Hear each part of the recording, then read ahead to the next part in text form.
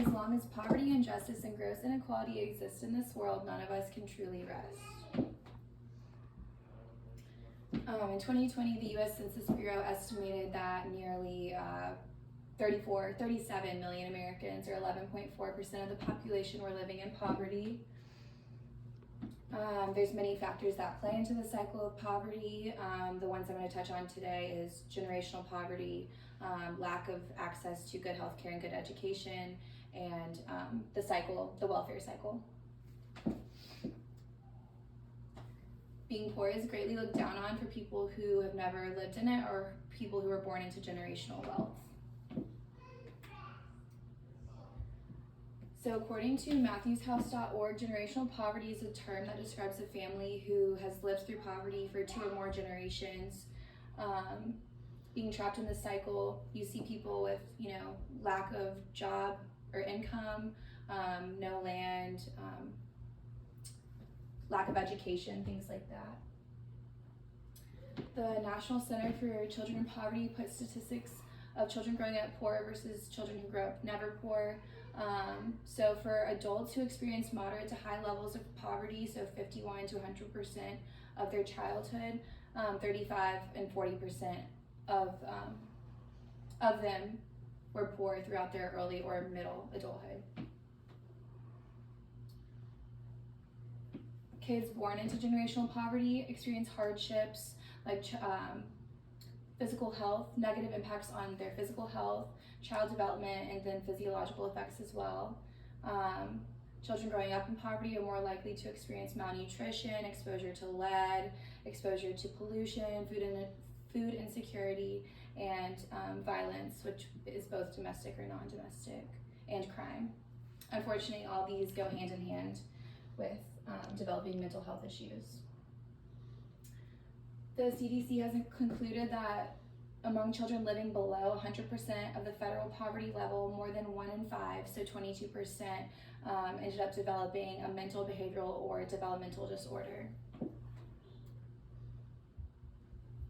This is just a graph of the time that children spent in poverty in their childhood from 1970 to 1990. You can see here that the African Americans, they lived a lot, the 39.3%, children lived in poverty. But when you go to people who never lived in poverty, the white bar shows that white people did not live. 71.7% of white children have never lived in poverty between those years.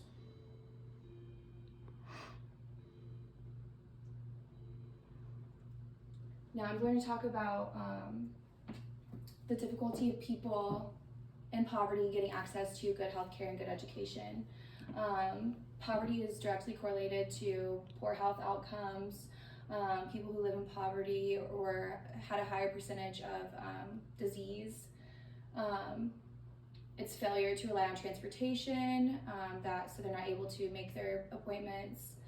The 2019 National Health Interview Survey found that a number of people either delayed or did not receive medical care, 8.5%, 14.7% did not receive dental care, and then 5.6% did not receive prescription medications due to cost. Poverty and not having access to a sufficient education go hand in hand. Access to teachers in higher poverty schools is more scarce. Usually in higher poverty schools you have first-year teachers, you have teachers with not advanced degrees. The turnover rate is statistically a lot higher in higher poverty schools.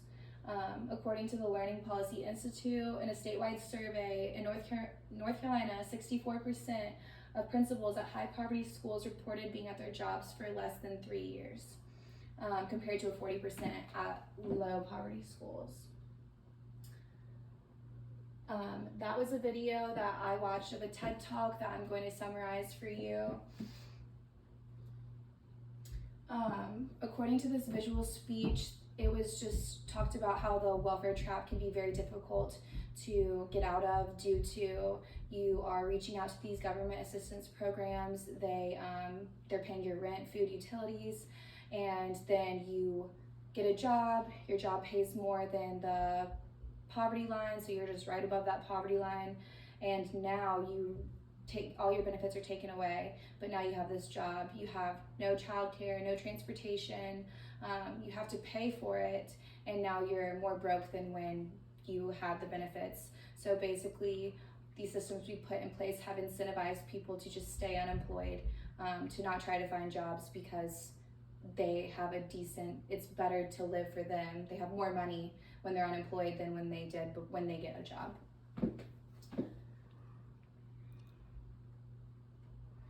There needs to be a solution to get people out of the welfare trap. These government assistance programs do a lot of good, but also the way that they're put in place makes it to where people can't get out of them. There needs to be a nice medium or something scalable. Maybe trying to figure out if we could slowly phase people out of these programs instead of just immediately cutting them off as soon as they make just a single dollar more than the poverty line.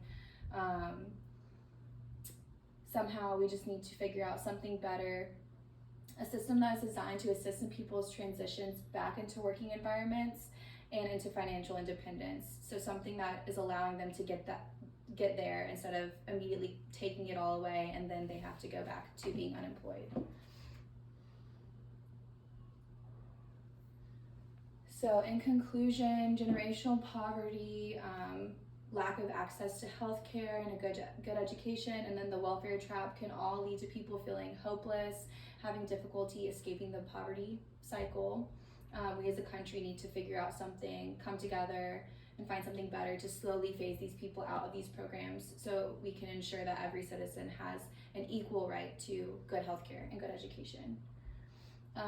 Barack Obama, he said, if poverty is a disease that infects the entire community in the form of unemployment and violence, failing schools and broken homes, then we can't just treat those symptoms in isolation. We have to heal the entire community. Thank you.